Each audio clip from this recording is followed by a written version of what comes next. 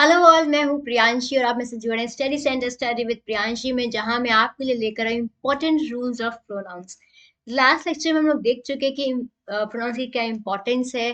Forms of personal pronouns हम लोग देख चुके हैं, फर्स्ट सेकंड थर्ड पर्सन क्या होते हैं, केस क्या होता है, वो सब हम लोग लास्ट लेक्चर में देख चुके हैं। जॉइंट रूल ऑफ 1 2 3 एंड 2 3 1 भी हम लोग समझ चुके हैं और उस पर बेस्ड क्वेश्चंस भी कर चुके हैं। उम्मीद करते हैं आपको कोई दिक्कत परेशानी समस्या नहीं होगी, और अगर है तो आपको पता है मुझसे कहाँ कनेक्ट करना है। आज हम लोग डिस्कस करने वाले important rules of pronouns. And हाँ, अगर जिनकी वीडियो छूट गई है, जो वीडियो नहीं देख पाए हैं लास्ट वाली, कोई टेंशन की बात नहीं, इस वीडियो को आप लोग देख लीजिए। उसके बाद आप लोग डिस्क्रिप्शन में जा करके मैंने लिंक दिया हुआ है, वहां जाकर आप प्रीवियस वीडियो का भी वीडियो देख सकते हैं, जो भी आपका छूटा है आप लोग वहां जाके कवर कर सकते हैं। लेकिन जरूर देखिए, क्योंकि उसके बिना आपको ये लेसन समझ में ही नहीं आएगा कि इस सब्जेक्ट इस लेसन में मैंने क्या पढ़ा दिया। It will be bouncer for you, right. तो स्टार्ट करते हैं आज का लेसन और देखते हैं मेरे पास क्या रूल्स है प्रोनाउंस को लेकर के। जिससे पहले कि मैं बढ़ूं, आई थिंक हम सबको पता है टाइप्स ऑफ प्रोनाउंस मेरे क्या होते हैं। मैंने बताया भी था लास्ट क्लास में नाउन क्या होते हैं। टाइप्स ऑफ नाउन्स हम लोग लास्ट क्लास में personal pronouns, objective pronouns, possessive pronouns, reflexive pronouns पढ़ भी चुके हैं, राइट। रिलेटिव प्रोनाउंस क्या होते हैं? रिलेटिव प्रोनाउंस जैसे दैट हो गया, विच हो गया, जो किसी चीज को रिलेट करते हो उनको हम लोग रिलेटिव प्रोनाउंस कहते हैं। डिमॉन्स्ट्रेटिव प्रोनाउंस क्या हो गए? This, that, these and those मेरे क्या है? डिमॉन्स्ट्रेटिव प्रोनाउंस हैं। इंटरोगेटिव मतलब जो क्वेश्चन के फॉर्म में होते हैं, why are you doing this, why are you shouting at me, where do you live, right, वो सब मेरे कहते हैं इंटरोगेटिव प्रोनाउंस की कैटेगरी में आते हैं। रेसिप्रोकल मतलब वन अनदर, ईच अदर, ये मेरे कहते हैं रेसिप्रोकल प्रोनाउंस होते हैं। इनडेफिनेट प्रोनाउंस मतलब जैसे कि एनीबॉडी, समबॉडी, जिनको आप डिफाइन नहीं कर सकते, they could be anybody, right, anybody, nobody, somebody, ये सब मेरे क्या होते हैं? इनडेफिनेट प्रोनाउंस की कैटेगरी में आते हैं। ठीक है, ओके गाइज, ये हमारा बेसिक है जो हम लोग पहले कर चुके हैं, तो इस पर मैं टाइम नहीं वेस्ट कर रही हूँ अपना। आपको इसके देखने के लिए मेरे प्रीवियस वीडियोस देख सकते हैं, डिस्क्रिप्शन में आपको सारे वीडियोस के लिंक मिल जाएंगे। जो आज का मेन एजेंडा है वो मेरा है प्रोनाउन के रूल्स। आई थिंक जिन्होंने लास्ट वीडियो नहीं देखा, उनके एक इमेज है जो हमने लास्ट क्लास में समझाई थी आप लोगों की, फॉर्म्स ऑफ पर्सनल प्रोनाउंस क्या होते हैं। आज जितने भी क्वेश्चन हम लोग करने वाले हैं वो सारे के सारे इसी चार्ट पर बेस्ड करने वाले हैं कि हमारे पास first 3 person, first second third person होते हैं, जैसे कि मैंने बताया था लास्ट वीडियो में, आओ बहन चुगली करें। बहुत आसान तरीका है याद करने का, आप लोग कभी नहीं भूलेंगे, राइट। एंड उसके बाद केसेस बता चुके, जो सब्जेक्ट की जगह है वो सब्जेक्टिव केस, जो ऑब्जेक्ट की जगह है वो objective case. Possessive adjectives, possessive pronouns में मैं डिफरेंस भी बता चुकी हूँ लास्ट लेक्चर में। एंड रिफ्लेक्सिव, जहाँ पे आपको सेल्फ दिखे वो आपका रिफ्लेक्सिव प्रोनाउन बन जाते हैं। ठीक है, माई सेल्फ, जो काम खुद से हो, my, I will do it myself, ये काम मैं खुद करूंगी, वहां पे आप रिफ्लेक्सिव का यूज करते हैं। ठीक है। सिमिलरली आपको सिंगुलर प्लूरल, सिंगुलर प्लूरल, ये सब आप, मैंने लास्ट वीडियो में भी बोला था कि अगर आपको ये टेबल नहीं आती, आप टेबल नहीं समझे हैं, तो प्रोनाउन तो छोड़िए, आप ग्रामर भी अच्छे से नहीं समझ पाएंगे, क्योंकि ये पूरा खेल ग्रामर का इस टेबल पर बेस्ड होता है। ठीक है, okay, moving on to our main topic, pronoun rules. ठीक है, ये कुछ रूल्स हैं जो मैंने आपसे कहा था लास्ट क्लास में, इस बार मैं लेकर आऊंगी। We should use objective case after let but except between prepositions and like. ठीक है, अब आप देख चुके हैं ऑब्जेक्टिव केस मेरे क्या होते हैं, मी हो गया, अस हो गया, राइट, ये सब मेरे क्या हो जाते हैं? ऑब्जेक्टिव केस हो जाते हैं। आप देख सकते हैं लास्ट टेबल पे, जैसे कि मी हो गया, अस हो गया, यू का यू ही रहता है, कोई चेंज नहीं होता है, और हिम, हर, एट, इट और देम, ये सब मेरे क्या ऑब्जेक्टिव केस हैं। तो रूल क्या कहता है? We should use objective case after let. अब आप अगर बोलते हो, आप क्या बोलते हो? Let me come in, let me help you. आप कभी भी नोटिस करो, आप हमेशा जो है लेट के बाद मी बोलते हो, लेकिन आपने शायद कभी नोटिस ही नहीं किया होगा कि आप लेट के बाद मी क्यों बोल रहे हैं। क्यों? क्योंकि ये नाउन का प्रोनाउन, सॉरी, प्रोनाउन का एक रूल है, ये ग्रामर का रूल है कि लेट के बाद हमेशा आप ऑब्जेक्टिव केस ही यूज करते हैं। अगर आपने नॉमिनेटिव केस यूज किया तो आपका सेंटेंस ग्रामेटिकली गलत हो जाएगा, राइट। तो let, except, between, prepositions and like के साथ हम लोग हमेशा ऑब्जेक्टिव केस ही यूज करते हैं, कभी भी नॉमिनेटिव केस यूज नहीं करेंगे। ठीक है, late me come in, let me help you, ये सब मेरे क्या है? ऑब्जेक्टिव केस का ही ये रूल फॉलो हो रहे हैं। ठीक है, नेक्स्ट है When a sentence starts with it and after that any form of verb be is used, then pronoun must be in nominative case. इसीलिए मैं आपके लिए लास्ट वीडियो लेकर आई थी जिसमें मैंने आपको समझाया था केसेस एंड पर्सन्स, क्योंकि इसके बिना आप प्रोनाउन नहीं कर सकते, राइट? तो यहाँ पे मैंने क्या बोला कि अगर आपके पास इट है और उसके बाद कोई भी आपका बी का फॉर्म लगा हुआ है, बी के फॉर्म क्या होते हैं, वर्ब बी का फॉर्म क्या हो गया, is, are, am, was, were, ये सारे मेरे क्या है, बी के ही फॉर्म्स ऑफ वर्ब है, राइट? अगर इट है उसके बाद कोई भी form of be, verb be लगा है, तो जो आपको प्रोनाउन होगा वो हमेशा हमेशा आंख बंद करके नॉमिनेटिव केस में ही लगेगा. It is I who has done it, right? It is I who have done it.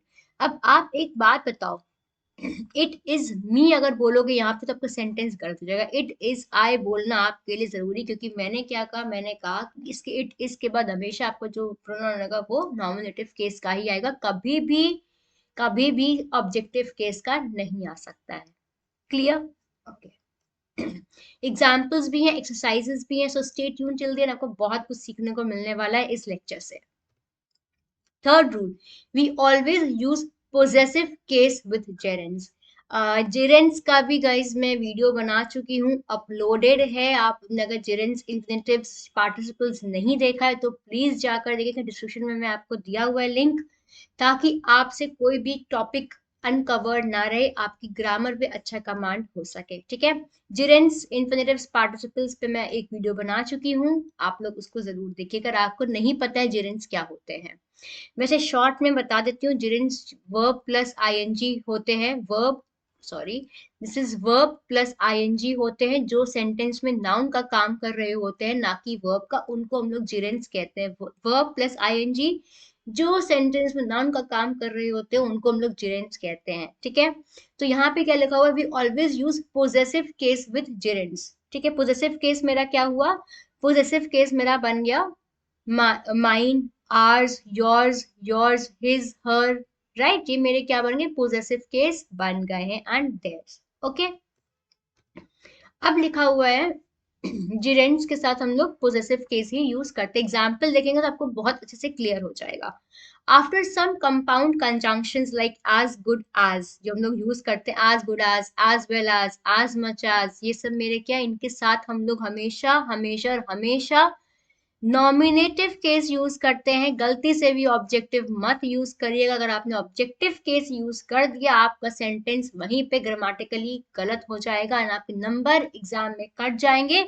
चाहे आप स्कूल गोइंग हो, चाहे आप कॉम्पिटेटिव एग्जाम्स की तैयारी करो, चाहे आप आईएएस पीसीएस की तैयारी भी क्यों ना कर रहे हो, ये गलती कहीं भी एक्सेप्टेबल नहीं है, क्योंकि ये ग्रामर रूल्स के खिलाफ है. ठीक है? तो जब भी आप ऐसे कंपाउंड कंजंक्शंस यूज करते हैं तो हमेशा हमेशा हमेशा आप नॉमिनेटिव केस का यूज करेंगे, कभी भी ऑब्जेक्टिव केस में यूज नहीं करेंगे कोई भी प्रोनाउन को. एग्जाम्पल देखेंगे तो 200% क्लियर हो जाएगा. ठीक है? Moving on to the last rule जो आज आपके लिए लेकर आए हैं गाइस, देखिए ये वो रूल्स हैं जो बहुत एडवांस लेवल के हैं. ठीक है? एंड उम्मीद करते हैं कि ये रूल्स ऐसे हैं शायद जो आप लोगों को नहीं पता होंगे. ओके.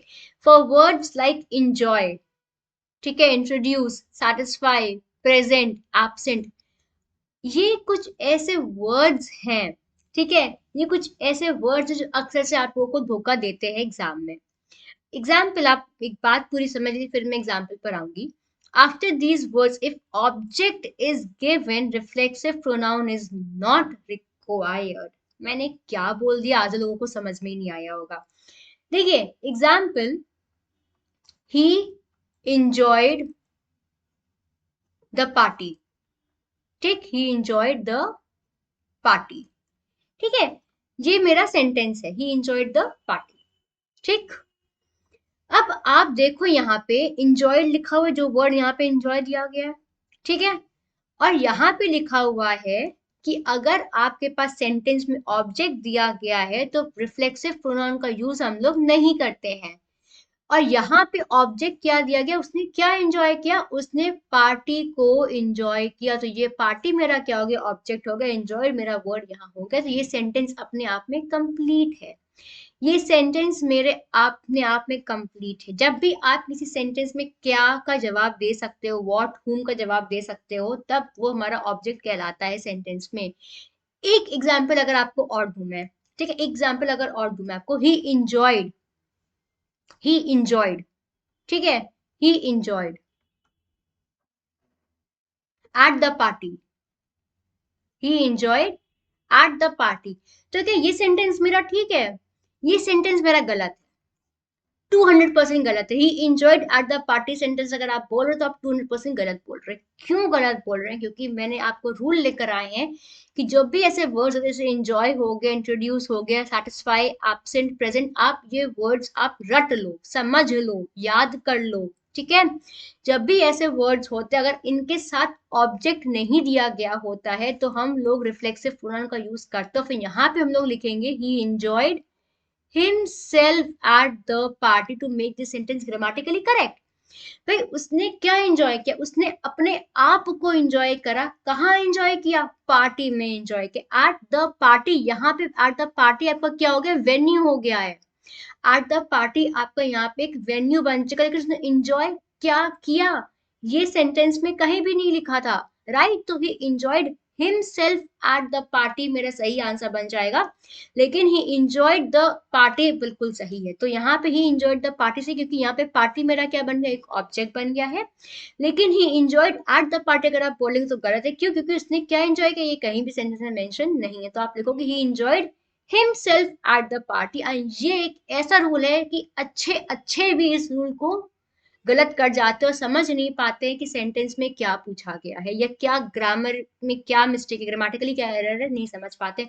99% लोग ये गलती करते हैं। तो उम्मीद करते हैं आपको ये रूल समझाने के बाद समझ गए होंगे आप लोग, और आप लोग एटलीस्ट ये गलती नहीं करेंगे अब से, ठीक है। Okay, time for some questions.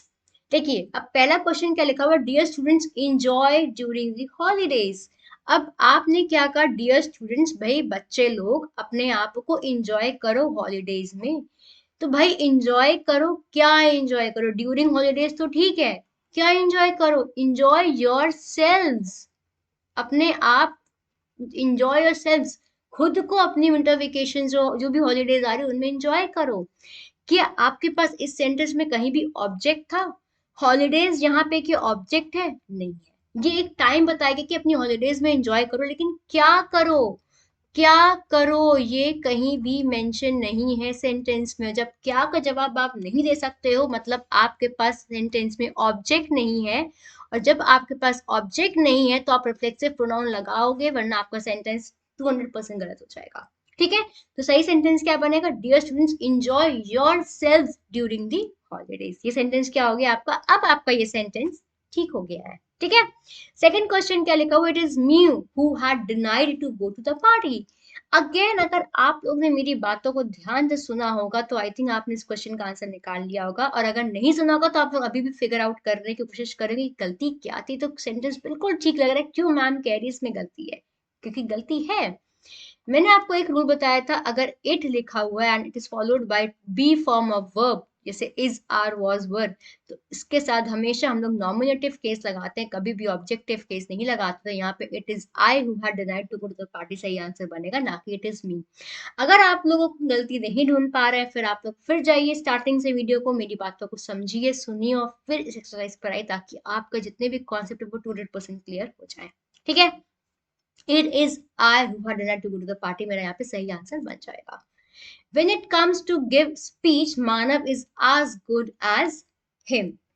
यहाँ पे आपने तुरंत सोचा, यहाँ पे तो मैम ने कंपाउंड कंजंक्शन का क्वेश्चन पूछ लिया। जब भी कंपाउंड कंजंक्शन आता है हम लोग हमेशा हमेशा और हमेशा नॉमिनेटिव केस यूज करते हैं, ना कि सब्जेक्ट ऑब्जेक्टिव केस। और हिम मेरा क्या ऑब्जेक्टिव केस है, और ही मेरा क्या बनेगा? यहाँ पे एक सब्जेक्टिव केस नॉमिनेटिव केस बनेगा, तब मेरा सेंटेंस यहाँ पे क्या बन जाएगा? 100% सही बन जाएगा।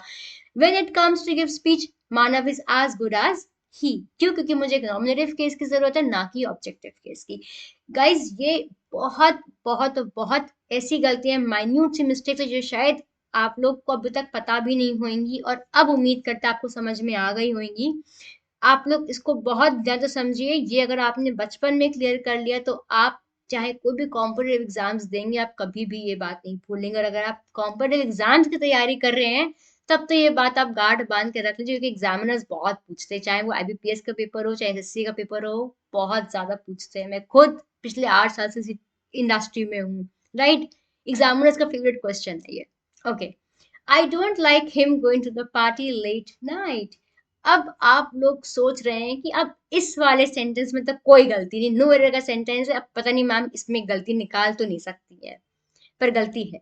ठीक है, क्या गलती है? आई डोंट लाइक गोइंग मेरा क्या है, मैंने आपसे क्या कहा था, V plus I N G अगर जिरेंड का काम कर रहा है, या सॉरी नाउन का काम कर रहा है सेंटेंस में, तो वो मेरा क्या बन जाता है? जिरेंड बन जाता है। जिरेंड हमेशा अपने साथ कौन सा फॉर्म लेता है?